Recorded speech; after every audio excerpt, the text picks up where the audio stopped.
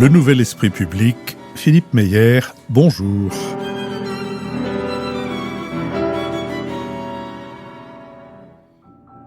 Bonjour, merci de nous avoir rejoints pour ce nouveau Nouvel Esprit Public au cours duquel nous tenterons d'éclairer certains aspects de l'actualité. Nous le ferons avec François Bujon de l'Étang, ambassadeur de France, Nicole Niesotto, vice-présidente de l'Institut Jacques Delors, Béatrice Gibelin, directrice de la revue Hérodote et fondatrice de l'Institut français de géopolitique, et Michaela Wiegel, correspondante politique à Paris de la Frankfurter Allgemeine Zeitung. Nous sommes partenaires de l'hebdomadaire Le 1 qui a pour titre cette semaine « Comment stopper la colère ?» Il est ainsi chapeauté « Les manifestations du 1er mai l'ont encore montré, le fleuve de la colère ne rentre pas dans son lit. Il continue d'inonder le pays, surtout dans les villes moyennes, ces sous-préfectures qui racontent une France qui se vit comme en voie de déclassement et ressasse le sentiment d'un mépris venu d'en haut. Un mal-être profond qui ne s'efface pas depuis la longue crise des Gilets jaunes de 2018-2019. Nous avons mis en ligne mercredi la première de nos conversations et nous mettrons en ligne le mercredi prochain la deuxième de nos conversations avec le président-directeur général de l'agence France-Presse, Fabrice Friss, avec qui nous remonterons l'histoire de 1832 à 2023 de l'agence de l'AFP, de ses rapports avec les pouvoirs, avec l'évolution des usages et des techniques de l'information et avec ses concurrentes. Il n'y aura pas d'enregistrement public en mai, le théâtre de l'école alsacienne est dédié aux concerts et aux représentations que donnent les élèves. Le prochain enregistrement public aura lieu à l'école alsacienne le dimanche 25 juin. Les inscriptions sont ouvertes. Nous sommes entrés dans les dernières semaines avant la déclaration des dons déductibles de l'impôt sur la fortune immobilière. Et comme l'an passé, nous savons pouvoir compter sur la contribution et la générosité de ceux d'entre vous qui sont soumis à cet impôt, contribution qui est défiscalisée à hauteur de 75%. Intéressons-nous maintenant au premier des deux sujets que nous avons retenus pour les conversations de ce matin. Comment la dette a-t-elle disparu du débat public ? Selon les données de l'INSEE, publiées fin mars, la dette publique française atteint 2 950 milliards. 2950 milliards d'euros fin 2022, soit 111,6% du produit intérieur brut. Au rythme auquel l'État multiplie les dépenses, l'endettement des administrations publiques devrait franchir le seuil symbolique des 3 000 milliards dans le courant de l'année 2023. L'État n'a plus présenté un seul budget à l'équilibre depuis 1974 et le déficit public poursuit une ascension constante avec une forte accélération à partir de la décennie 2000. Les administrations publiques françaises se sont endettées de 635 milliards sous Nicolas Sarkozy, quinquennat marqué par la crise financière. La dette s'est ensuite creusée de 396 milliards avec François Hollande.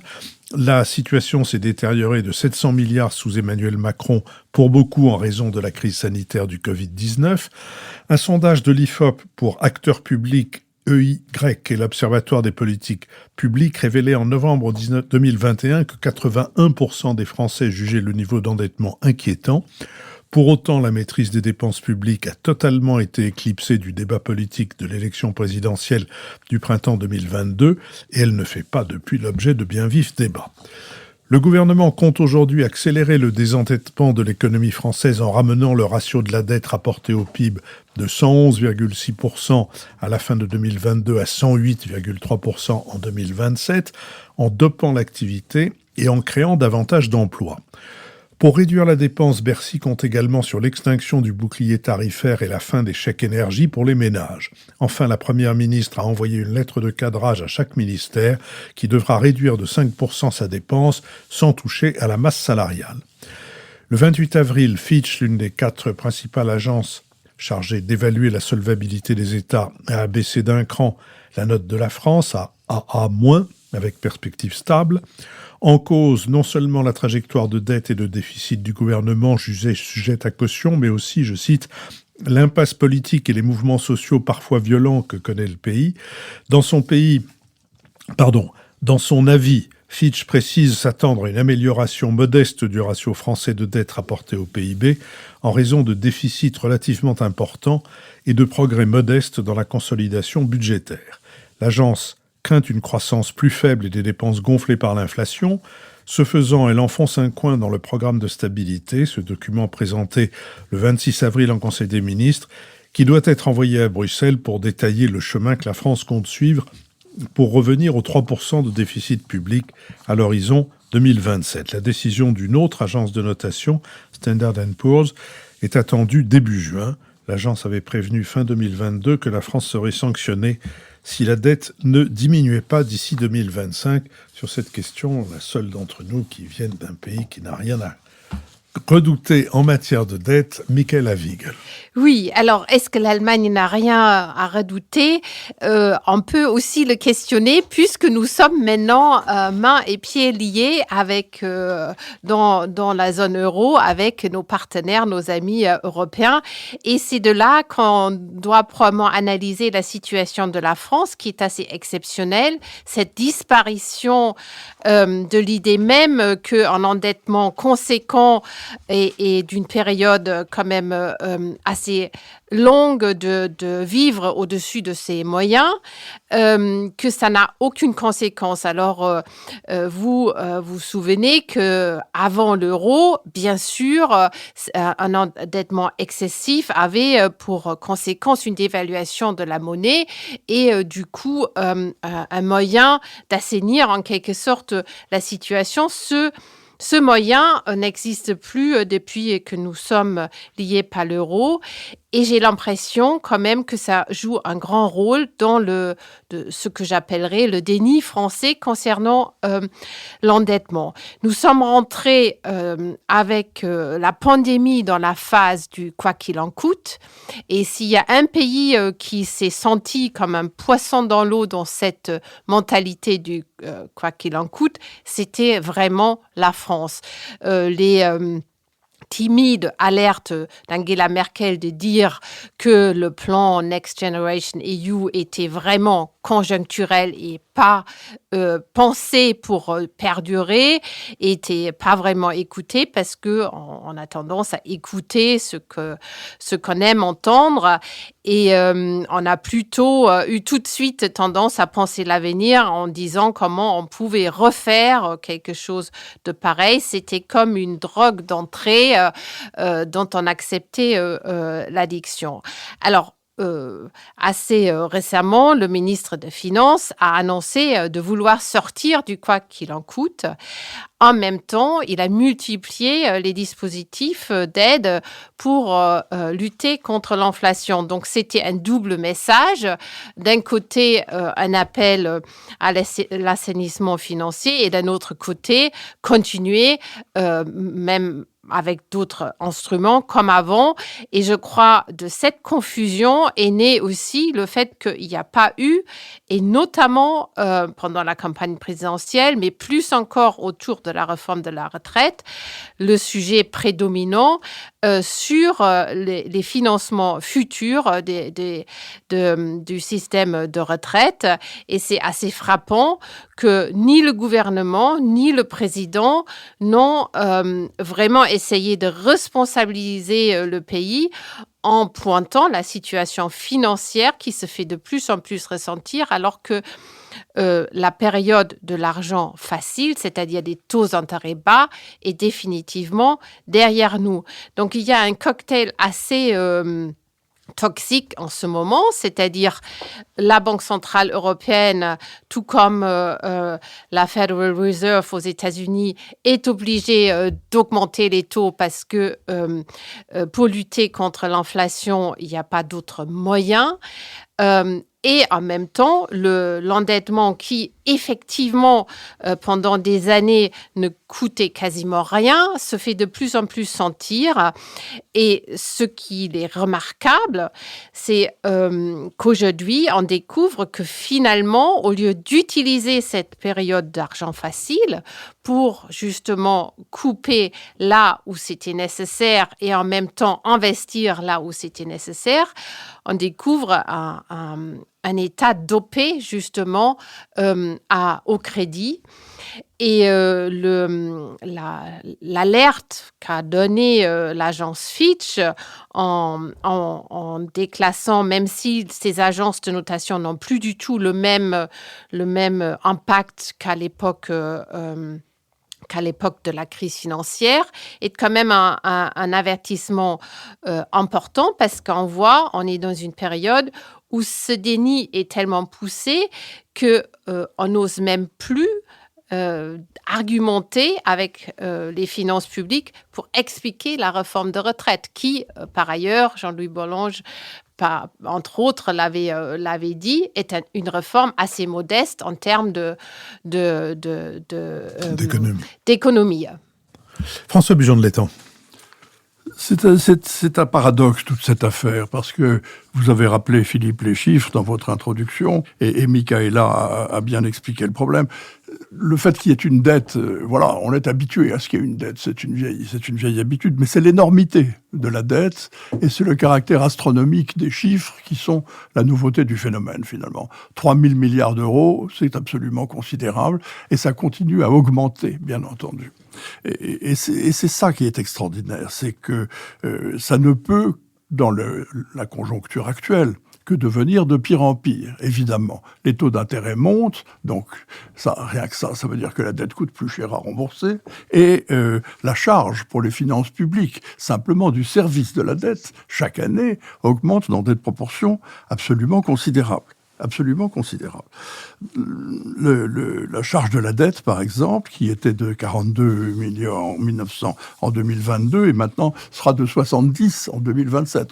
On frémit, tout le monde. 2027, c'est demain. Tout le monde est déjà à parler de la prochaine élection présidentielle, mais nous aurons à ce moment-là une charge de la dette qui sera pratiquement insupportable. C'est un des premiers postes de dépenses maintenant de l'État. Voilà, alors bien entendu, on peut dire on n'a pas eu de chance, il y a eu le quoi qu'il en coûte, et puis dans les années 2000, il y a eu la crise monétaire. Oui, mais vous l'avez rappelé, Philippe, depuis 1974, nous n'avons pas présenté un seul budget à l'équilibre, et maintenant tout le monde est installé dans l'idée qu'on vit à crédit, et qu'au fond, ça peut continuer comme ça jusqu'à la fin des temps. Alors, les avertissements ne manquent pas pourtant, il suffit de les écouter. Récemment, vous avez Fitch, nous venons d'en parler, Fitch est la première des agences qui est dégradée d'un point la note de la France. Nous verrons le 2 juin ce que fait Standard & Poor's. On peut penser ce qu'on veut des agences de notation, mais elles jouent quand même leur rôle dans la façon dont les demandes d'emprunt de l'État sont satisfaites et surtout dans le prix que ça va coûter à l'État. Alors, voilà, il y a un risque de très très fort renchérissement dans les jours qui viennent, et le poids international de la France s'en ressent durement quand même. Il n'y a que les Français pour ne pas s'en rendre compte. À l'étranger, tout le monde s'en rend très bien compte. La France est un pays qui, pour l'instant, donne l'image d'un pays qui a une crise sociale prolongée, dans lequel il y a un gouvernement à bout de souffle, je traduis ce que je lis dans la presse étrangère, qui n'a pas de majorité au Parlement, un président qui souhaite réformer le pays, mais qui n'a pas les moyens de faire les réformes, puisqu'il n'a pas de majorité. Et dans l'évaluation que font les financiers de la façon dont on peut répondre aux émissions du Trésor français, il y a d'autres critères. Il y a le niveau d'endettement, mais il y en a d'autres. Et le critère du climat des affaires, le critère de la puissance politique du pays, tout ceci joue un rôle et tout va dans le sens, pour l'instant, d'un fort renchérissement. Alors ça, c'est un élément de fait, si vous voulez, mais le vrai phénomène, c'est que ça n'a l'air d'intéresser personne, au fond.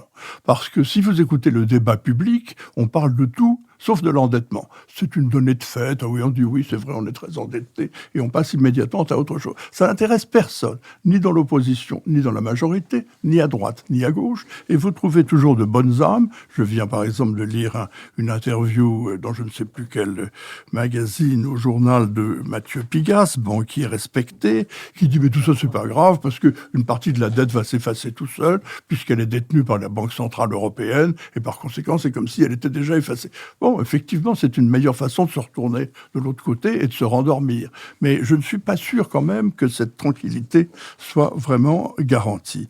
La vérité, c'est que personne n'a envie d'assumer les conséquences de ce que nous sommes en train de dire. Parce que les conséquences, c'est évidemment qu'il faut diminuer les dépenses et augmenter les recettes. Diminuer les dépenses, ça veut dire qu'évidemment, il faut diminuer considérablement considérablement la dépense publique, bien au-delà des lettres de plafond, moins 5%, que recommande Madame Elisabeth Borne. Il faut faire un peu mieux que de l'objectif affiché par Bercy, qui est de ralentir la croissance de la dette. Elle vient de ralentir la croissance de la dette, mais il vaudrait mieux réduire la dette un petit peu, ce qui demande un effort d'une autre ampleur. Donc il faudrait un effort énorme de compression des dépenses publiques, qui est ce que jadis Raymond Barre appelait un plan d'austérité. Et il faut en même temps sans doute augmenter les recettes, c'est-à-dire augmenter les impôts. Or, c'est le contraire du credo gouvernemental et c'était aussi le contraire du bon sens puisque la France détient le record du monde, pratiquement, du poids des prélèvements obligatoires et que de les aggraver encore ne peut que jouer au détriment de l'économie française. Nous avons donc un problème véritablement majeur sur lequel je n'entends personne, encore une fois, ni à droite, ni à gauche, ni au gouvernement, ni dans l'opposition, avancer le moindre début d'une ordonnance de façon à guérir le mal. Peut-être faut-il dire aussi que réduire les dépenses publiques, ce n'est pas seulement en réduire le montant, c'est en augmenter, en accroître l'efficacité et faire en sorte qu'un euro dépensé soit un euro qui rende davantage. Sujet sur lequel on entend peu de partisans de la réduction de la dette, là aussi. Nicole Nisotto. Oui, je voudrais d'abord, non pas être en désaccord avec ce qui vient d'être dit, mais nuancer un peu la noirceur que vous faites du portrait français. Quand on regarde l'image de la dette dans le monde et on s'aperçoit que l'ensemble de la dette mondiale augmente de façon absolument rapide. Toutes les dettes de tous les pays ont augmenté en 2022 de 7,6%. Nous avons un total mondial de 66 000 milliards de dollars de dettes et les États-Unis en ont la moitié. Mais c'est pas vraiment rassurant ce que vous dites. Mais je ne dis pas que c'est rassurant pour le monde. Mais en tout cas, ça évite de singulariser la France comme le seul pays qui fait mal dans l'économie mondiale. Donc ça, c'est mon premier point. Si j'avais 20 ans, j'essaierais d'épouser la fille de celui qui détient ces 600 milliards de aussi. dettes. Mais, bon. Mais donc, oui, on fait... soit la bonne idée. On fait mal, mais quand même, on n'est pas le seul. Les Américains, comme vous le savez, sont endettés à 120% du PIB, donc plus que nous, et avec un sujet maintenant qui devient un vrai sujet de politique intérieure, puisque le Congrès républicain négocie et ne veut pas augmenter le plafond de la dette. Les Américains ont à la fois quelque chose que l'on n'a pas, mais que peut-être qu'il faudrait étudier dans le droit français, c'est-à-dire un contrôle institutionnel par le Parlement, par le Congrès, de la dette publique américaine, puisqu'elle est fixée tous les ans. Cette année, c'est 33 milliards 400. Et donc, s'ils sont arrivés au plafond, ils ne peuvent pas aller plus loin. Mais donc, on n'est pas les seuls. Et en Europe, le taux européen global d'endettement, c'est 87%. Donc, bien au-delà des 60% permis par le pacte de stabilité. Et nous ne sommes pas le pire, Michaela. Nous avons 5 pays qui sont au-dessus de 110% d'endettement, qui sont la Grèce, l'Italie, le Portugal, l'Espagne et la France, en 5e position. Donc, on est effectivement dans le camp des moins bons élèves, mais on n'est pas le pire. Voilà. Donc ça, c'était pour relativiser les performances négatives françaises. Deuxième point, effectivement, il n'y a pas de débat public. Ça, c'est tout à fait étonnant. Et sans doute, le président de la République a une responsabilité dans cette affaire, parce qu'avoir un débat public sur la dette, c'est avoir, comme vous l'avez dit, un débat sur des choses très impopulaires, comme les impôts, comme l'absence de croissance, comme un plan de rigueur, etc., etc. Mais nous avons un débat d'experts. Et ça, je trouve assez intéressant, puisqu'on a en gros 3 clans en France parmi les économistes. On a ceux, effectivement, comme Mathieu Pigasse et d'autres, Dominique Strauss-Kahn est sur cette ligne, qui disent que c'est pas grave parce qu'effectivement, les dettes sont tenues en monnaie nationale ou en monnaie européenne, donc il suffit de les annuler. Et en France, effectivement, on a 50% de la dette détenue en euros et 50% de la dette en monnaie extérieure. Et donc, on peut, il faudrait en gros diviser par 2 le bilan que l'on fait de notre dette. Donc, ça, c'est plutôt la gauche. Et effectivement, quand on regarde depuis 1974, les 2 présidents de gauche qu'on a eus, Mitterrand et Hollande, n'ont rien fait du tout pour diminuer la dette de l'État. Et dans cette vision, on dit aussi que la France n'est pas un pays en voie de développement. La signature de la France, ça compte. On a payé nos dettes historiquement depuis 1789. La France a toujours honoré ses dettes. Et que donc, voilà, on peut se permettre d'aller encore un peu plus loin de quoi qu'il en coûte. La deuxième deuxième clan, si je puis dire, dans ce débat d'experts, c'est effectivement ceux comme vous, Michaela, ou comme vous, François, qui disent que c'est une catastrophe, qu'on ne peut pas continuer sur ce plan-là, d'autant que nos 3 000 milliards d'endettement coïncident avec une situation économique difficile. Le taux de croissance prévu pour l'année prochaine est à peine de 0,8% dans l'Union européenne. Le Bercy dit 1%, mais il est probable qu'on ne les atteigne pas. Et les taux d'intérêt montent, vous l'avez tous dit, 3%, peut-être un peu plus. Et donc, on est dans une situation catastrophique. Il faudrait proposer un plan de rigueur. Ça, c'est les économistes de droite. Sauf que quand on regarde les présidents de droite qui se sont succédés depuis Mitterrand, que ce soit Chirac ou Sarkozy, ils n'ont rien fait non plus pour réduire la dette. Et ils ont, si tant est qu'ils aient déjà un programme présidentiel pour les futures élections, ils se gardent bien de dire qu'il faudra augmenter les impôts.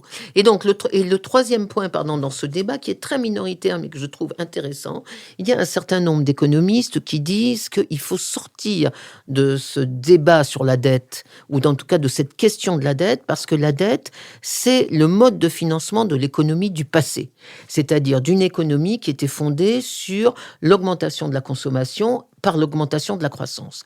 Et que si on est sérieux, en particulier dans le milieu des écologistes et de ce qu'on appelle les économistes atterrés, si on est sérieux sur la transition vers une économie moins carbonée, sur une économie moins productiviste au sens trop libéral du terme, à ce moment-là, il faut sortir du débat de la dette tel que l'a connu et tel que l'imposent les banques centrales, etc. Et il faudrait diviser la dette en deux parties. Des dettes qui sont effectivement des dettes d'investissement sur le futur décarboné, en particulier donc l'éducation et tout ce qui concerne les technologies de l'environnement, et en revanche, effectivement, réduire drastiquement les dettes courantes, les dettes de confort, celles qui servent à pallier au plus pressé et à faire des bénéfices, des avantages électoraux. Donc je trouve que ce débat français, je ne sais pas s'il existe dans d'autres pays, mais il est quand même intéressant parce qu'il nous confronte quand même à une question majeure qui n'est pas simplement de réduire la dette, c'est vers quel type d'économie on veut aller. Béatrice Gibelin. Beaucoup de choses ont déjà été dites par nos trois amis qui m'ont précédé. Il est évident que le quoi qu'il en coûte a été une sorte de révélation pour l'opinion publique française. Il fallait compter à l'euro près, comme l'avait dit le ministre de l'économie. Puis tout d'un coup, il y avait un argent magique qui tombait à flot. Certains en ont énormément profité, plus peut-être que de raison, mais on a soutenu tout le monde pour éviter... En fait, c'était une réaction par rapport à ce qui s'était passé en 2008.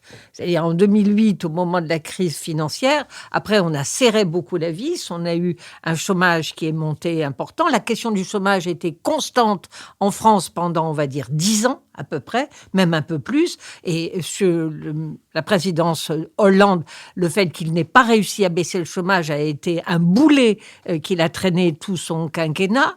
Le chômage a disparu, à peu près comme la dette. On n'en parle plus du tout. Pourquoi ? Parce qu'on est tombé à 7,2, qu'il y a de la formation, qu'il y a de l'apprentissage, bref, parce qu'on a fait un certain nombre de choses. Mais à partir du moment où il y avait cet argent magique, on entendait les gens dans les hôpitaux, ils disaient, mais avant, on ne pouvait jamais rien avoir, et puis maintenant, dès qu'on demande quelque chose, on nous le donne. Et ça, c'était absolument inattendu et grisant, je dirais, d'une certaine façon. Et du coup... Comme il manquait encore énormément de choses, les professeurs n'avaient pas été augmentés depuis 20 ans ou presque, avec les points d'indice fixés, comme il y avait la justice très très en retard, comme il y avait la police et à l'armée à combien avec la guerre en Ukraine. Bref, c'était certainement pas le moment non plus de serrer les boulons là-dessus. Bien. Le seul poste qui baisse, d'une certaine façon, c'est le poste des allocations chômage, parce qu'on a moins de gens au chômage, mais néanmoins, c'est loin à compenser tout. Donc, on a continué à demander sur la lancée, et tout le monde demande quelque chose, pas à moins d'1 milliard. Si c'est moins d'1 milliard, c'est pas intéressant. Bon, il faut au moins qu'on ait ça. Bien. Donc, cette situation rend la prise de conscience difficile. La deuxième chose, pour moi, c'est le débat des économistes Certains disent, mais non, c'est pas un problème, arrêtons de se prendre la tête d'une certaine façon avec la dette, comme l'a expliqué Nicole, j'y reviens pas. Quand d'autres sont très, très alarmistes, je pense à notre ami Nicolas Bavrez, qui fait un éditorial dans le Figaro. Enfin, il n'y a plus qu'à les jeter dans la Deule, comme on dit dans mon pays du Nord, parce qu'il n'y a vraiment plus rien à faire. Bon. Donc, on est sur ce terrain-là, ce qui veut dire simplement que c'est un débat complexe et très, très technique, qui correspond aussi à des cultures, et que l'histoire de l'Allemagne, qui n'a pas toujours payé sa dette, à la différence de la France depuis 1789, puisqu'après la Seconde Guerre mondiale, ils ont été considérablement aidés, il y a une forme de traumatisme, mais on ne peut pas regretter de ne pas avoir eu l'histoire de l'Allemagne non plus sur ce terrain-là. Bien. Donc, la situation, je crois que il me semble que le problème effectivement majeur, et là je reviendrai à la position de Mathieu Pigasse et de Nicole, qui est de dire c'est l'endettement généralisé de tas de pays qui ne vont pas pouvoir rembourser, dans lequel nous sommes bien évidemment aussi impliqués, avec une situation, et là le terrain que je connais le mieux, qui est le terrain géopolitique, c'est-à-dire qu'on a la Chine qui, elle, a pris la main en échange de prêts, et qui n'étaient pas des dons, mais en échange de prêts, qui a pris la main sur un certain nombre de richesses ou d'infrastructures, et donc des passages en dépendance qui vont se faire et dont les conséquences vont être autrement plus importantes que savoir si on va être à 3 000 ou à 3 500 de dette.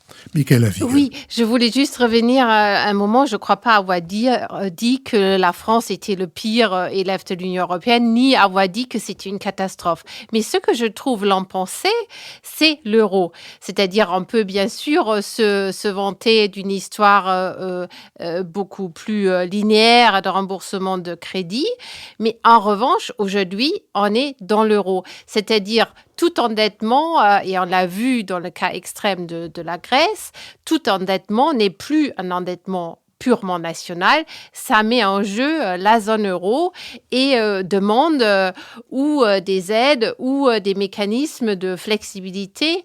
Et je crois, comme on parle souvent mal de l'Union européenne et de la zone euro, il est très remarquable de voir que en réalité, la majorité des pays de la zone euro ont fait, en quelque sorte, ont révisé leurs opinions sur l'endettement et qu'on est allé beaucoup plus vers une gestion plus flexible et plus positive.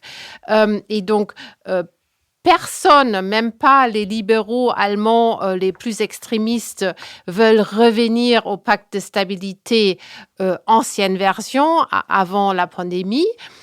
Et tout le monde réfléchit à des mécanismes où on peut gérer la dette de façon à ce que cet endettement est un peu, comme disaient les économistes, un endettement positif d'investissement dans l'avenir.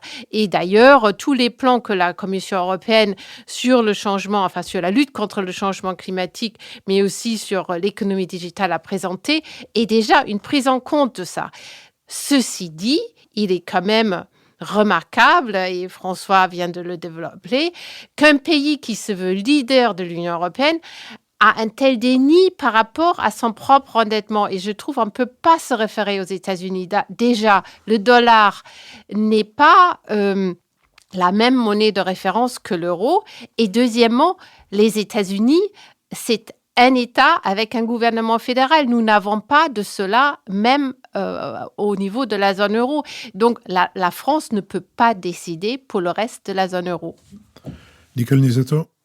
Oui, non. Complètement d'accord sur cette dernière phrase. Simplement, il faut se souvenir que la Commission européenne, à cause du Covid, avait décidé de suspendre les règles du pacte de stabilité jusqu'en décembre 2021 et qu'après l'invasion de l'Ukraine par la Russie en février 22, la Commission européenne a décidé de prolonger cette suspension. Donc aujourd'hui, on ne peut pas dire que la France joue contre la zone euro parce qu'il n'y a plus de règles dans la zone euro et que la solidarité que nous avions avec ce pacte de stabilité, pour l'instant, elle est dans les airs. Alors, elle va sans doute revenir. Il va falloir un moment où on renégocie une solidarité européenne. On est en train de le faire, oui. Voilà. Mais ça ne sera pas du tout sur les mêmes termes d'austérité qui avaient été ceux de Maastricht et post-Maastricht, c'est-à-dire... C'est pas de l'austérité, 60%. 60, on peut l'interpréter comme comment on fait. Vous êtes à 66% pour l'instant, donc vous êtes quand même un petit peu au-dessus de la règle. Donc ça, effectivement, quand la négociation se passe,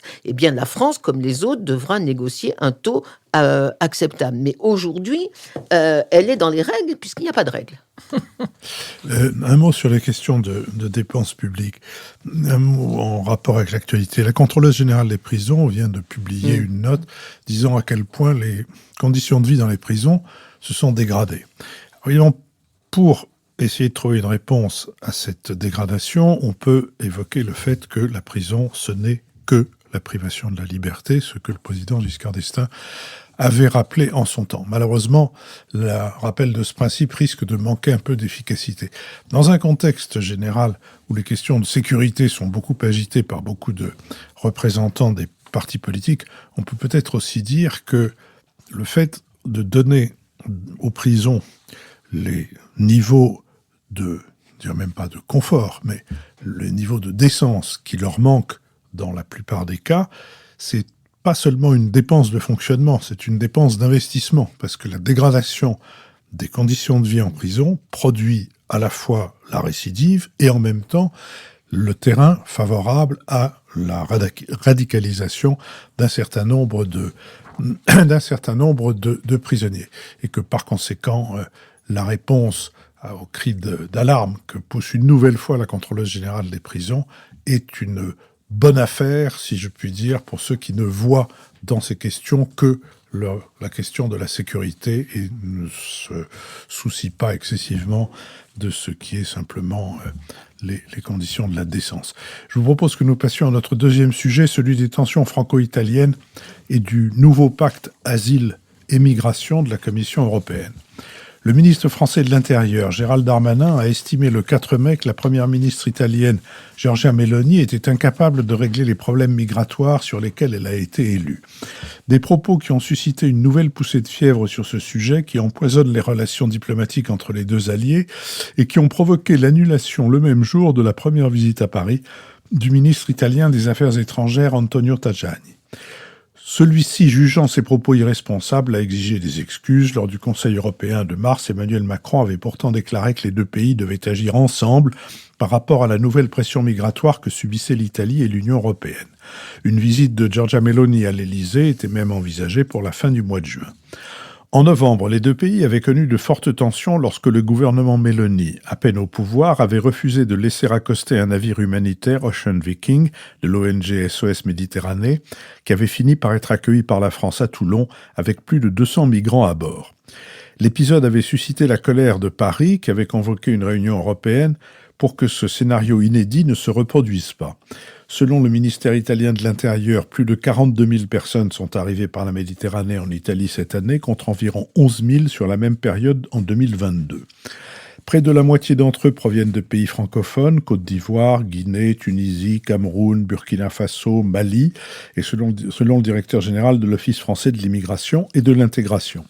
Les Européens sont d'accord sur le fait que les règles actuelles datant de 2013, le fameux règlement de Dublin, ne fonctionne pas. La gestion des frontières extérieures engorgées repose sur une poignée de pays. Les procédures d'asile ont des dizaines de milliers de dossiers en retard et il y a très peu de retours. Il y a 2 ans, la Commission européenne avait présenté un pacte sur la migration et l'asile proposant notamment un plan de répartition entre les États membres proportionnellement à leur taille et à leur économie, mais l'Union peine toujours à s'entendre pour l'adopter. Avec pour mot d'ordre l'équilibre entre solidarité et responsabilité, ce pacte que les 27 veulent voir aboutir au plus tard début 2024 avant les européennes, pourrait aller de l'avant dans les prochaines semaines. Les eurodéputés ont en effet formellement donné leur feu vert le 20 avril, au début des négociations avec les États membres, et ce avant même qu'un accord n'ait été trouvé sur tous les textes au Conseil. Pour l'heure, ce sont toujours les pays qui sont situés au sud de l'Europe qui doivent accueillir les embarcations de migrants et enregistrer les demandes d'aide de ces derniers. Sur cette question, Nicole Niesotto. Oui, la question de l'immigration et des réfugiés, c'est un peu la face obscure de la solidarité européenne. C'est la limite totale de ce que les Européens acceptent de faire les uns pour les autres. C'est pourtant un défi commun, aussi bien à l'Est et au Sud de l'Europe. C'est un défi d'avenir, ne serait-ce que pour des raisons démographiques. Et on n'arrive absolument pas à s'entendre, à trouver une politique commune. Alors, tout le monde a en tête l'affaire de 2015, quand 1 million de réfugiés sont débarqués en quelques mois, très vite, sur le territoire de l'Union européenne. Et 2015 a laissé des traumatismes très forts dans chacun des pays européens, en particulier le refus de certains pays, dont la France, de réformer le régime de Dublin, qui donne la responsabilité de l'examen de la demande d'asile au pays qui est le premier pays où arrive le migrant, autrement dit la Grèce et l'Italie, qui sont en première ligne avec Chypre et Malte. Tout le monde se souvient aussi de l'attitude extraordinairement généreuse de Madame Merkel, qui avait accueilli ce million de réfugiés, mais qu'elle avait payé assez cher politiquement après par la montée de l'AfD dès l'année d'après aux élections législatives et par ce traité quand même un peu douteux avec la Turquie, douteux sur le plan éthique. Et tout le monde se souvient aussi du refus absolu de tous les États d'accepter la relocalisation, qui était pourtant la seule politique cohérente que là, pour le coup, la Commission avait proposée, la relocalisation de tous ces réfugiés sur les territoires européens en fonction de leur grandeur, de leur territoire, etc.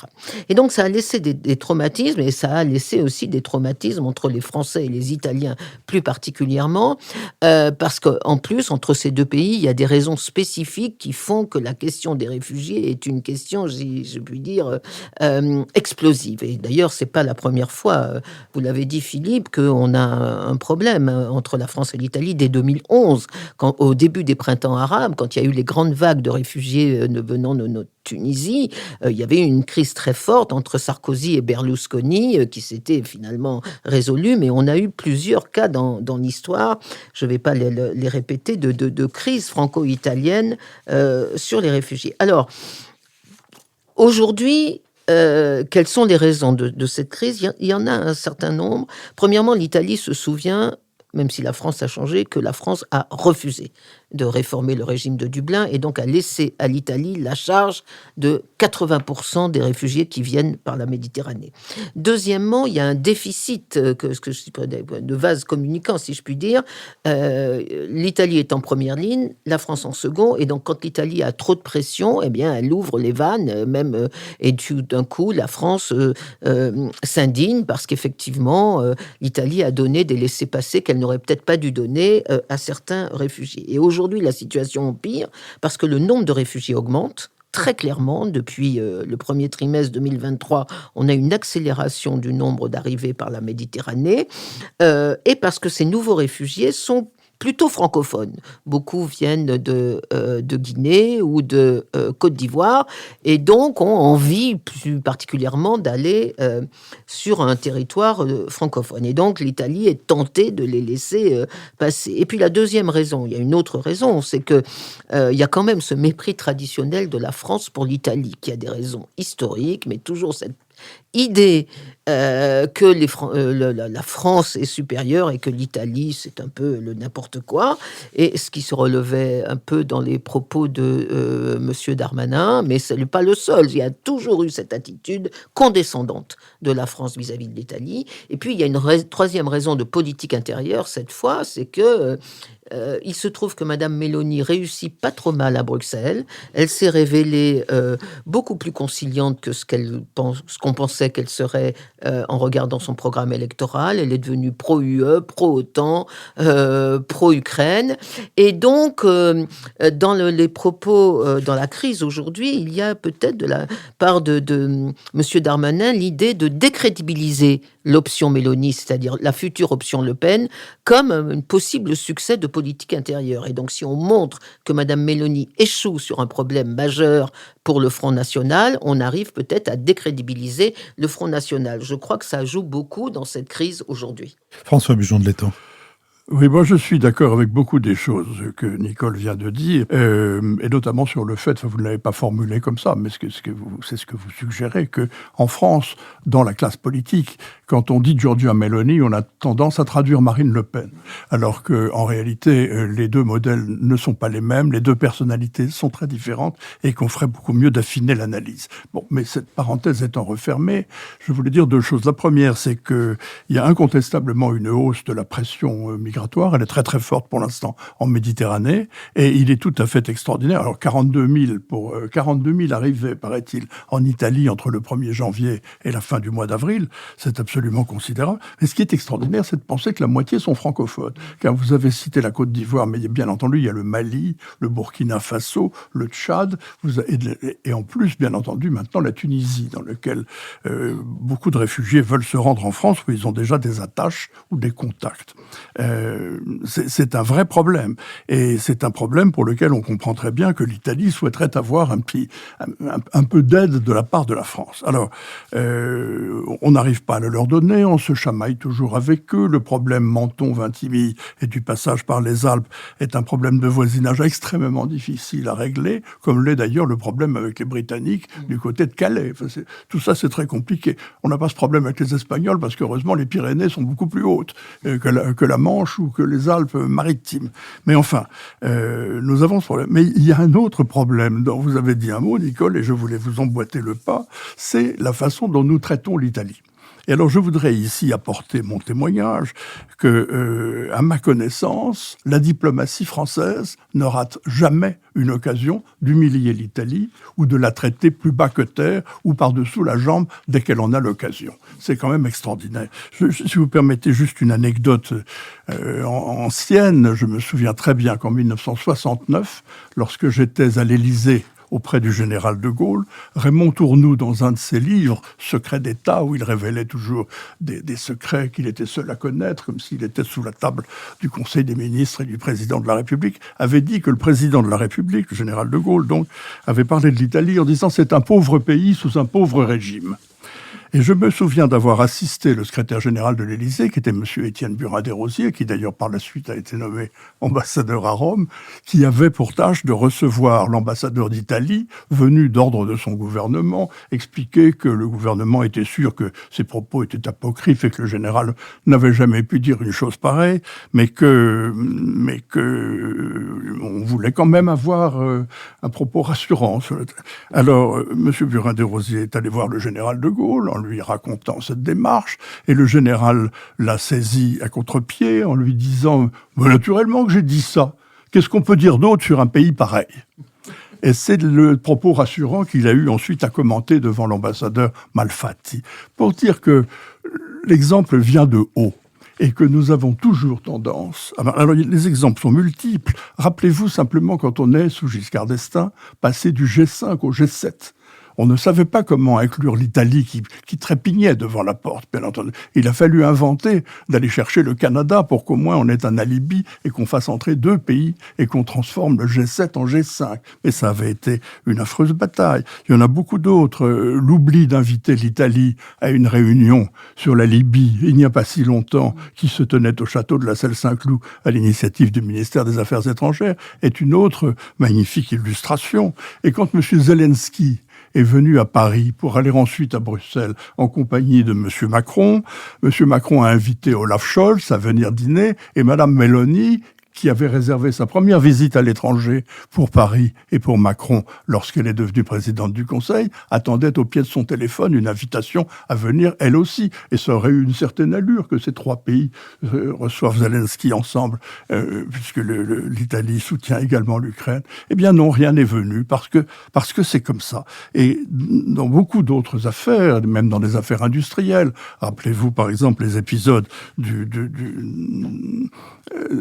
de la refonte des chantiers de l'Atlantique il n'y a pas si longtemps, on a le génie d'humilier les Italiens et c'est quelque chose qui est profondément ancré dans la culture diplomatique française. Je dis ça uniquement pour le déplorer et pour verser une larme. Béatrice Gibelin. Je dirais la question de l'immigration est une question impossible à régler. C'est compliqué. c'est à la fois, dans des pays à faible croissance démographique, une nécessité. On en a impérativement besoin. Et dans la générosité d'Angela Merkel en 2015, nous y arriverons. Il y avait aussi l'idée qu'on allait récupérer une main-d'œuvre qui, en plus, est souvent formée. C'est pas du tout une migration de la misère qu'on a eue avec l'arrivée des Syriens. C'était vraiment une immigration politique, une immigration de la guerre. Et puis, il y a ce ressenti d'une partie de l'opinion publique dans l'ensemble des pays européens comme étant envahi et menacé. Bon, si l'idée du grand remplacement, qui est effectivement fausse, profondément fausse et toujours démontrée, j'allais dire, avec des arguments démographiques sérieux et scientifiques sérieux, n'est pas admise et par un nombre de gens de plus en plus grand. Et il suffit de voir la politique actuelle dans les pays scandinaves, qui furent des pays de très grand accueil, on va dire à partir des années 2000 ou fin des années 90, en particulier des Palestiniens, en particulier de grande partie du Moyen-Orient, et qui aujourd'hui ont des attitudes extrêmement fermes, tant la Suède que le Danemark, avec un régime socio-démocrate dans le cas du Danemark, et qui n'a été réélu que parce qu'il annonçait une politique anti-immigration très importante. Et même l'Allemagne aujourd'hui est confrontée, en tout cas dans une partie de l'Allemagne de l'Est, mais peut-être ailleurs, mais dans un endroit que je connais bien, qui est la Mecklembourg-Poméranie, qui est travaillée par l'extrême droite venue de l'Ouest depuis la fin de les débuts de la réunification, et où on a aujourd'hui une réaction d'hostilité à l'arrivée de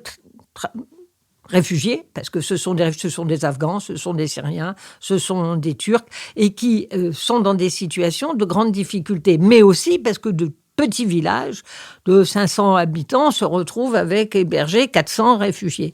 Donc c'est un problème très compliqué et extrêmement difficile, et qui doit être traité à l'échelle de l'Union européenne, et comme le disait très justement Nicole, mais on n'y arrive pas.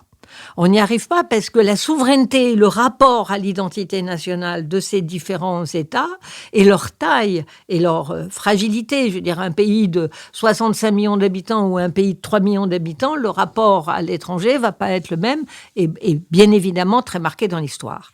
Alors, on vient de dire, en avril, au Parlement européen, on a voté dans le cadre du budget de l'UE de 2024, la possibilité de financer les aides aux frontières, pas seulement pour construire des murs, mais en fait, parce que le mot mur n'est pas mis dedans, mais ceci voulant dire cela. Et ce qui a fait avancer les choses, c'est la politique machiavélique qu'il y a eu de la part de Loukachenko en Biélorussie pour que les migrants filent en Pologne, les faisant même venir de Syrie en avion pour les emmener en autobus à la frontière et qui fassent pression sur la Pologne. Et la Pologne a construit effectivement l'équivalent d'un mur. Il y a essentiellement des barbelés, des fossés, etc. Et la Finlande est en train de faire la même chose dans sa frontière avec la Russie.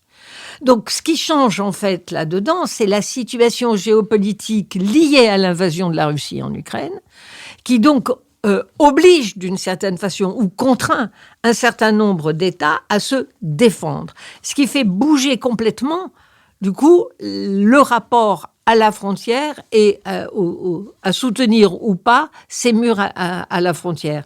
Et je pense qu'une fois encore, c'est une situation géopolitique qui oblige à faire bouger l'Europe là-dessus. Je ne dis pas qu'on y arrivera, mais si on prend par exemple la Hongrie, ils sont d'une hypocrisie, Orban est d'une hypocrisie totale, parce qu'il clame qu'il ne veut pas d'immigrés, or il y a, pas énormément, mais il y a des immigrés en Hongrie.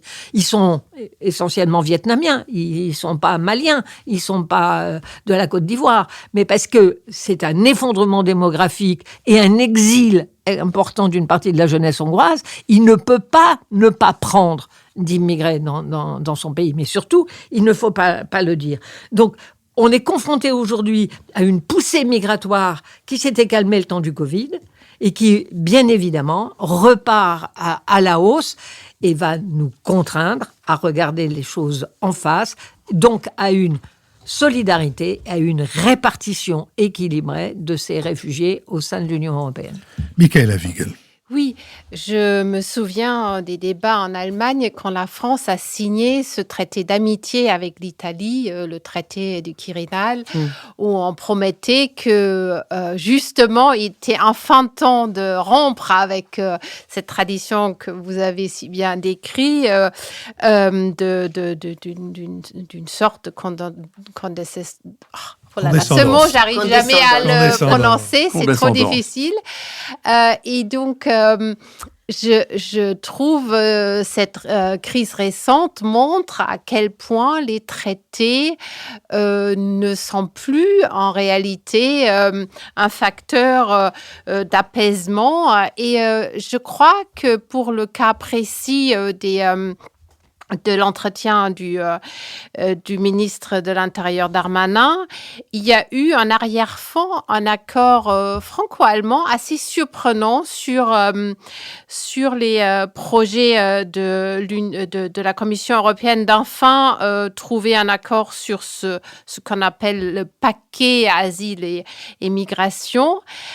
Puisque l'Allemagne, vous l'avez dit Béatrice, l'Allemagne, même avec un gouvernement de gauche au pouvoir, est en train de changer, s'inspirer beaucoup justement du Danemark et on essaye une sorte de en même temps à la française, c'est-à-dire d'un côté, effectivement, on aura besoin d'apport de main-d'œuvre qualifiée d'une façon ou d'une autre pour avoir suffisamment, pouvoir occuper suffisamment d'emplois dans notre industrie.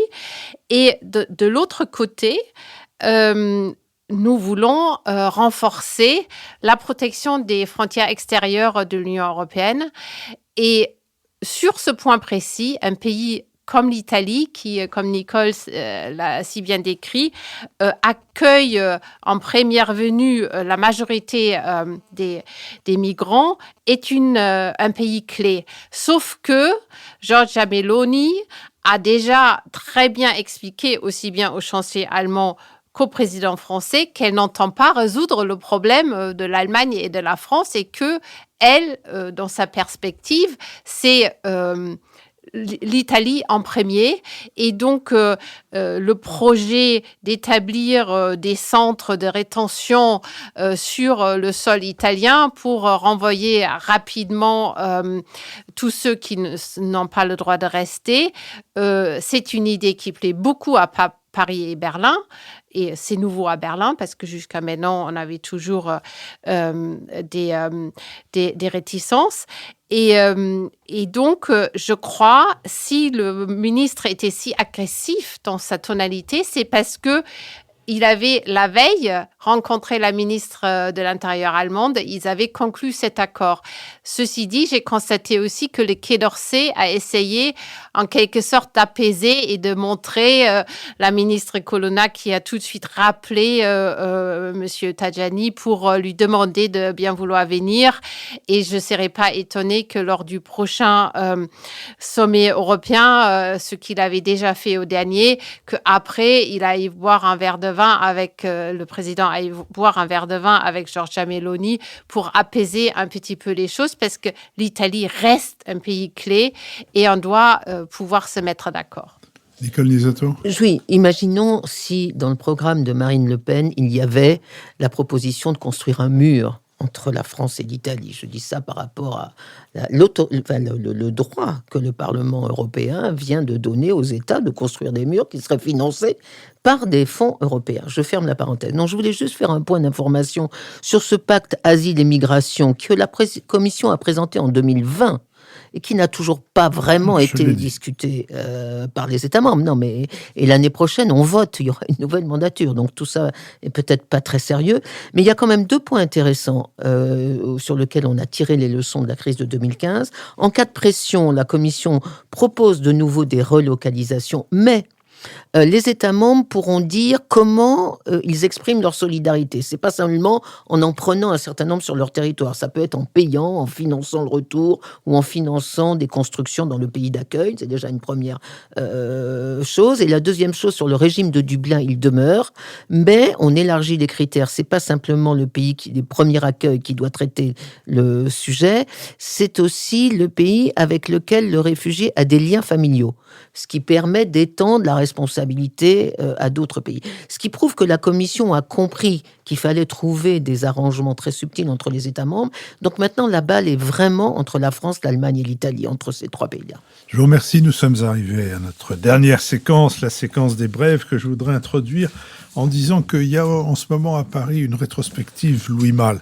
Il le mérite bien. C'est un cinéaste qui, ayant été un électron libre, n'a pas toujours droit aux éclairages, aux rétrospectives, etc.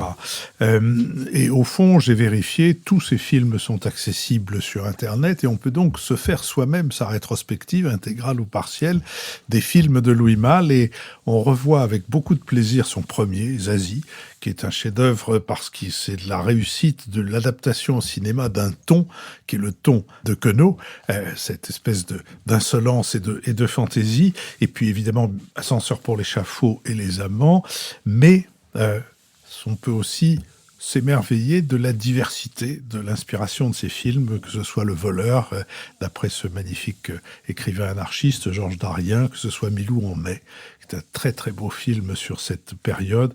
Au revoir les enfants, qui est un film extrêmement prenant et qui est un film autobiographique.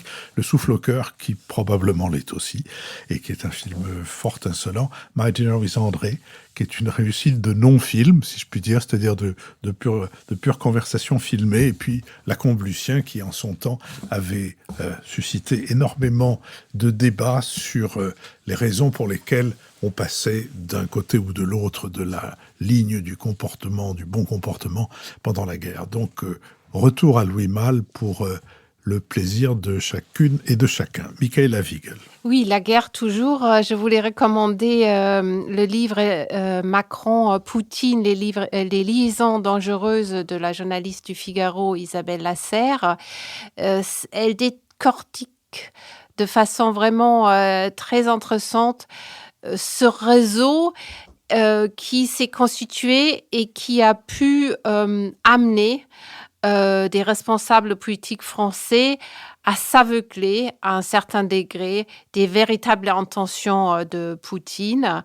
Et elle décrit aussi cette tendance à avoir en la Russie quelque chose qui correspond à un ressenti français plus qu'à une réalité russe. Et elle est assez dure dans ses jugements, souvent. Mais quand on a lu ce livre, on est quand même, je crois, mieux paré à analyser l'actualité. Nicole Desautos.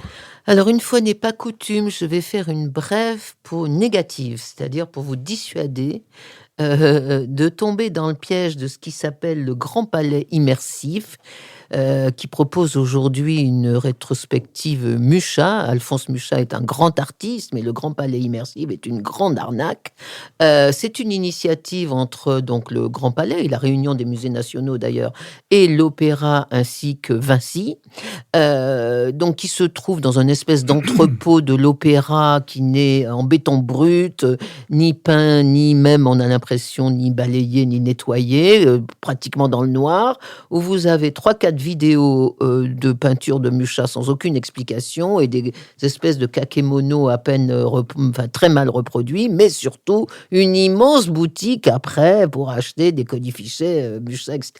Je trouve que c'est vraiment de nous présenter ça comme une nouvelle forme muséale, numérique, qui vous immerge dans l'œuvre d'un auteur avec vaguement, alors soi-disant, on peut sentir des odeurs Mucha. Alors oui, il y a un bouton, vous appuyez, vous sentez la rose. En fait, tout ça est absolument ridicule, coûte assez cher, 16 € par personne, et donc c'est vraiment une arnaque.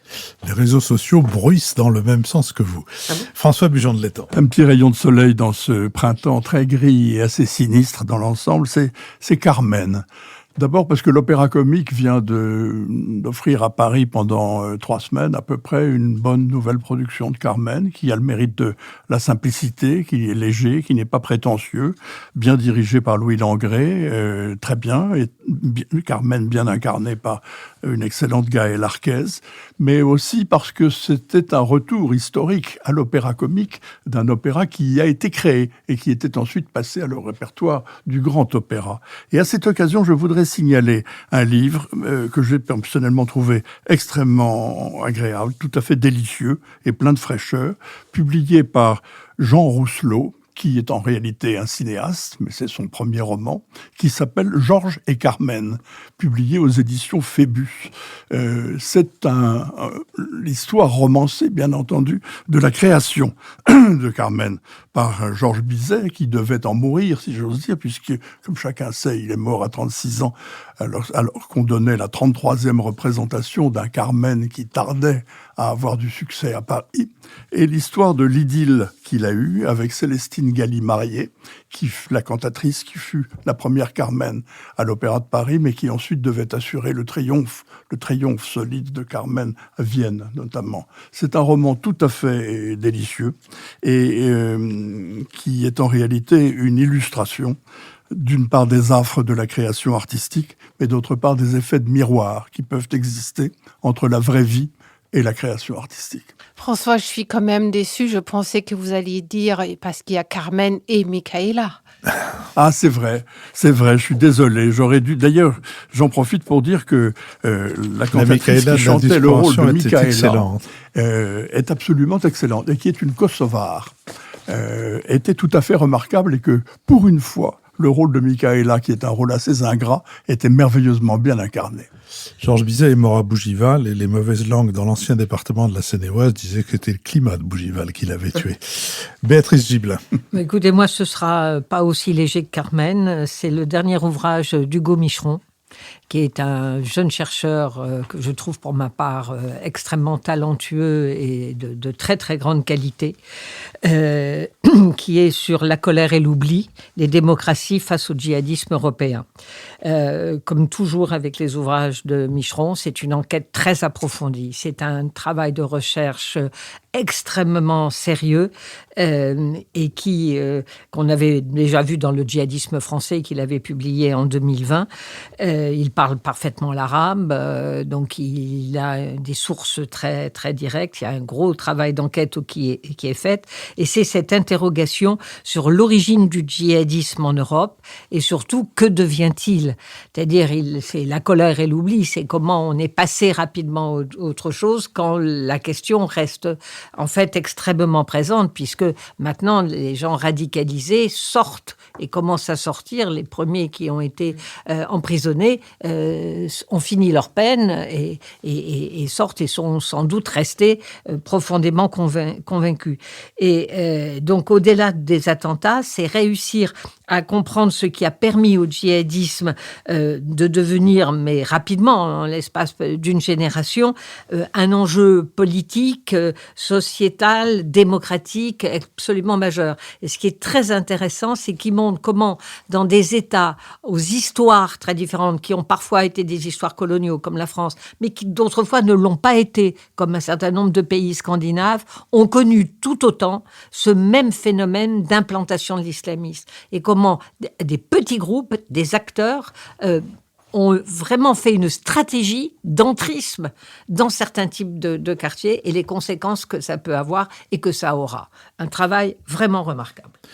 Merci. N'oubliez pas que vous pouvez nous soutenir et que c'est le moment, si vous êtes assujetti à l'impôt sur la fortune immobilière, d'alléger cet impôt de 75%.